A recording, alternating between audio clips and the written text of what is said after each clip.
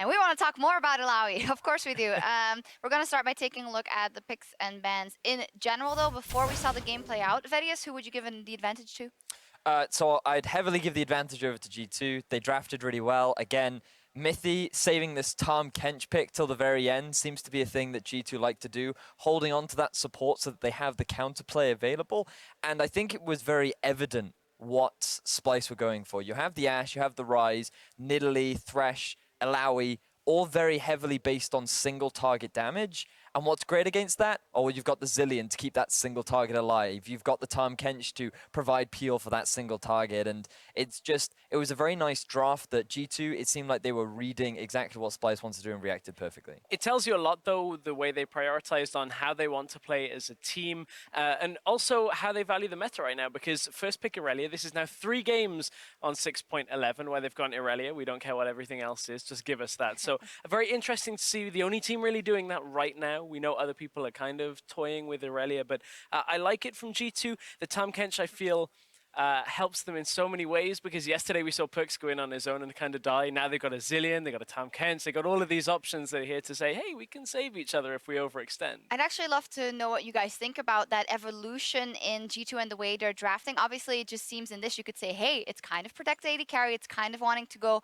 Zven, letting him go ham. Obviously, there's playmaking potential on Zilean, but there's also that ult, and those are not the picks you would normally associate with Perkz. Do you notice a shift? Well, it's quite interesting in how they seem to be very reactive. So some teams, if we just take Vitality yesterday, they had a plan going. They knew exactly what they wanted against Origin because they had a good idea of what Origin were going to pick. Whereas G2, they first picked the Irelia, followed by the Caitlyn, which both champions, very safe, or at least in G2's eyes, very safe. They can fit into a number of different compositions. If you want, you can go 1-3-1, you can go 1-4, or you can turn that into a teamfight comp. You have many options. They see the Nid and the Ashe, and then they're constantly reacting. So the fact that G2 have gone to this playstyle of, we're just going to adapt to you, as opposed to we have a set playstyle that we just want to play, I think is quite unique. Obviously, a long time in this game, Splyce was trying to push all the lanes, but then it came to a mid-game team fight, which decided a lot of the direction of the rest of the game, rather. We're going to take a look at that because it also kind of shows what they can do with their comp. This is the problem that you have with the pick potential. You can see they lock down Kikis here,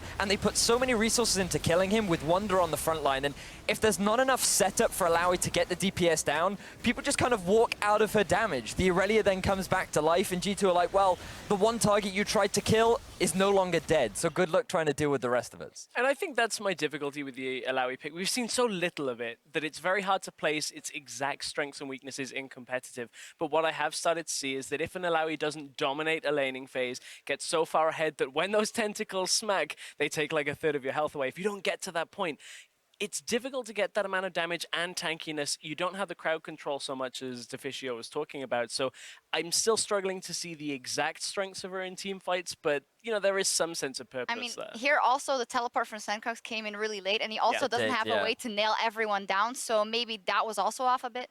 This is the big thing for me when it comes to Illaoi.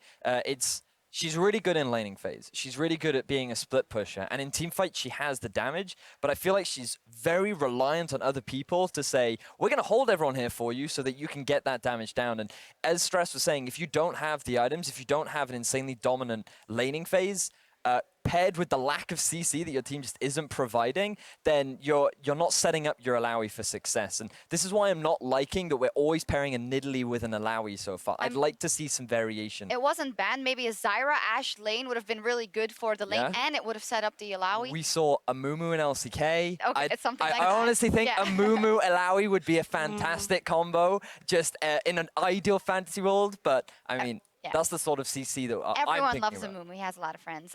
Player of the game in this run from G2, we decided to give it to Trick. A lot of standout performances on the team, but Trick, as always, setting up so many things for G2. During the early game, he pretty much made sure that Illaoi couldn't get ahead. He put so much emphasis onto shutting that down and guaranteeing that the Illaoi couldn't run away with the game, abusing the fact that Illaoi has no ability to escape, and it's pretty much, if it overextends, you just get caught. Well, that is one win on the board for G2, and while they were taking that game over Roccat in the arena, Vitality and Roccat have been slugging it